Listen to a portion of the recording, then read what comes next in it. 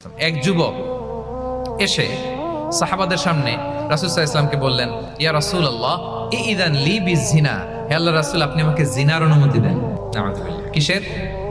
জিনার মানে ব্যভিচারের অনুমতি দেন। ব্যভিচার বা জিনার অনুমতি দেন। আশেপাশের সাহাবারা তো রেগে মেগে আগুন।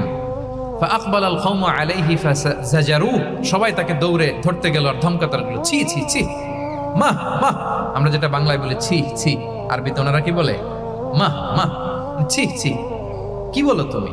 লজ্জা শরমের মাথা খেয়ে তুমি রাসূলুল্লাহর দরবারে এসে বলতেছো, হে আল্লাহর রাসূল আপনি জিনার অনুমতি দেন। যে রাসূল আল্লাহর পক্ষ থেকে বাণী শোনায়, ওয়ালা তাকরাবুজ জিনা, তোমরা ব্যভিচারের নিকটবর্তীও হয়ো না, আর তুমি সেই নবীর কাছে এসে আবদার করতেছো জিনার অনুমতি দেন।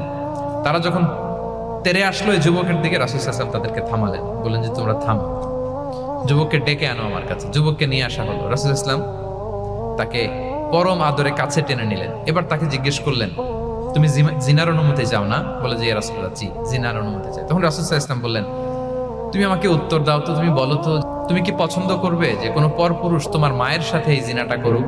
তোমার এটা ভালো লাগবে? সে বলে, লা ইয়া রাসূলুল্লাহ, না, কখনো না, আমার মায়ের সাথে কেউ এই পাপাচারে লিপ্ত হবে, এটা কোনো মানুষ মেনে নেবে না। আমি কেন, কেউ মেনে নেবে না।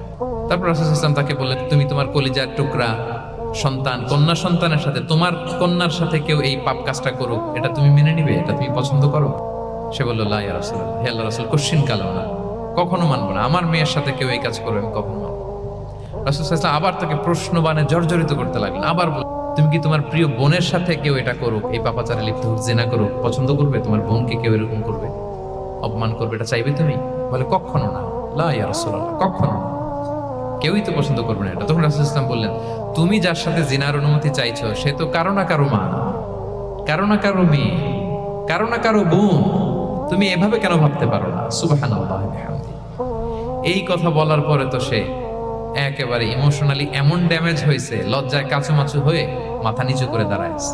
তখন রাসূল ইসলাম তার পিঠে একটা আলতো চাপড় মারলেন, পরম মমতায় আলতো চাপড় দিয়ে তার জন্য দোয়া করলেন, আল্লাহুম্মা গফির যামবাহ ওয়া তাহহির কলবাহ ওয়া হাসসিন ফারজাহ। আল্লাহ তুমি এই যুবকের পাপ মোচন করো, আল্লাহ তুমি তার অন্তরটাকে পরিশুদ্ধ করো, আল্লাহ তুমি তার চরিত্রটাকে নিষ্কলুষ করো।